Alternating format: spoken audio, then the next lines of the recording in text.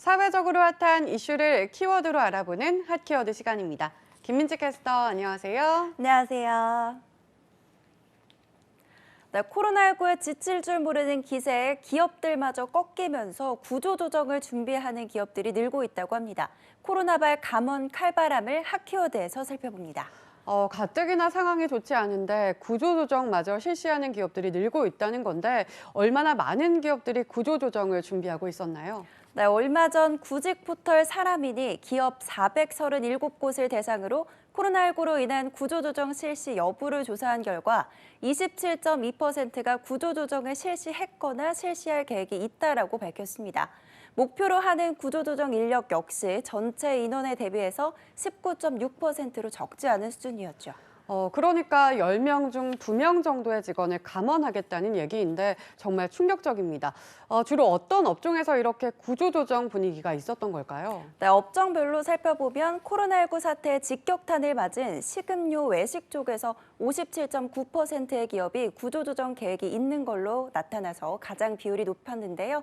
사회적 거리두기로 인해 비대면 분위기가 늘어나면서 매출마저 감소하며 이렇게 구조조정에 대한 결정을 내릴 수밖에 없게 된 거죠.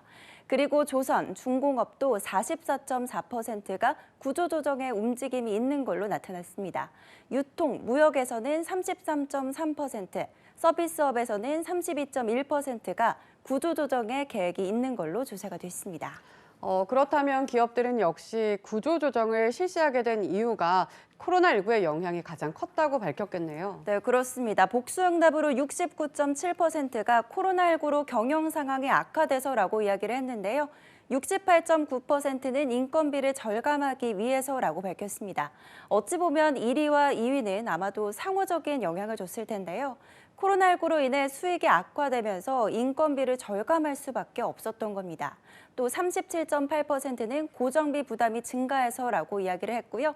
16.8%는 잉여 인력이 있어서라고 밝혔습니다.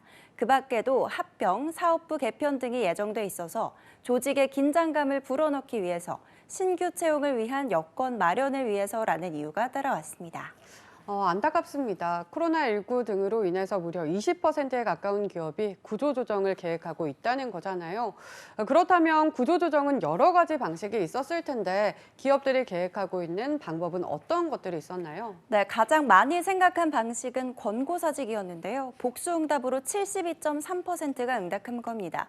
또 30.3%는 희망퇴직, 명예퇴직을, 11.8%는 정리해고를 선택할 거라고 나타났습니다. 네, 어떤 방법을 선택하던 간에 구조조정을 당하는 근로자에게는 더없이 충격이자 상처일 것 같습니다. 또 게다가 구조조정이 시작이 되면 여파가 단순히 기업 근로자에게만 국한되는 게 아니잖아요. 네, 맞습니다. 전문가들 역시 올해 한계 기업이 지난해보다 증가할 거라고 전망을 하고 있었는데요. 특히나 구조조정이 시작이 되면 주변의 소상공인들에게까지 늘어나서 폐업이 늘어나고 또 전반적인 사회 문제로 비화될 수 있다는 겁니다. 그런데 이렇게 구조조정 분위기가 시작된 건 우리나라만이 아니잖아요. 다른 나라들도 구조조정이 슬슬 시작되고 있다면서요. 네, 맞습니다. 미국의 다국적인 기업인 3M은 9만여 명이 있던 직원 중 2,900명을 감원하겠다고 밝혔는데요. 코로나19로 인해 온라인 상거래가 활발해지면서 기업의 변화가 필요해졌다고 판단을 했습니다. 미국 최대 대형마트인 월마트도 오프라인 소비가 감소하자 온라인 부문을 강화하면서 사업부의 1,200명 이상을 감원할 예정이라고 합니다. 미국만이 아닙니다. 일본 최대 여행사인 JTB가 코로나19 위기 극복을 위해서 대대적인 구조조정에 나섭니다. 무려 전체 인원의 4분의 1에 해당하는 6,500명을 감소시키고 연봉도 평균 30% 이상을 절감하는 방안을 추진하고 있습니다. 네, 이렇게 규모가 큰 기업마저 구조조정을 시행한다니 정말 상황이 좋지 않은 것 같은데요. 중소기업만이 아니라 우리도 잘 알고 있는 해외 기업마저 대규모 구조조정을 실시하고 있어요. 네, 맞습니다. 바로 그 점이 가장 큰 문제인데요. 이렇게 국내만이 아니라 해외에서도 구조조정 칼바람이 이어지면서 내년에도 경제 불황이 이어질 걸로 보이는데요. 이 때문에 구조조정 대신 휴직이나 기업의 수익을 늘릴 수 있는 대안이 사회 전체적으로 강구되어야 할 걸로 보입니다. 네, 가뜩이나 경제적으로 매서운 혹한기를 지나고 있는데 구조 조정마저 본격적으로 실시된다면 경제적인 여파는 물론 사회적인 여파까지 크게 다가올 것으로 보입니다. 물론 이러한 어려운 상황에서 구조 조정의 움직임을 완벽히 통제하는 건 불가능한 일일 거지만요.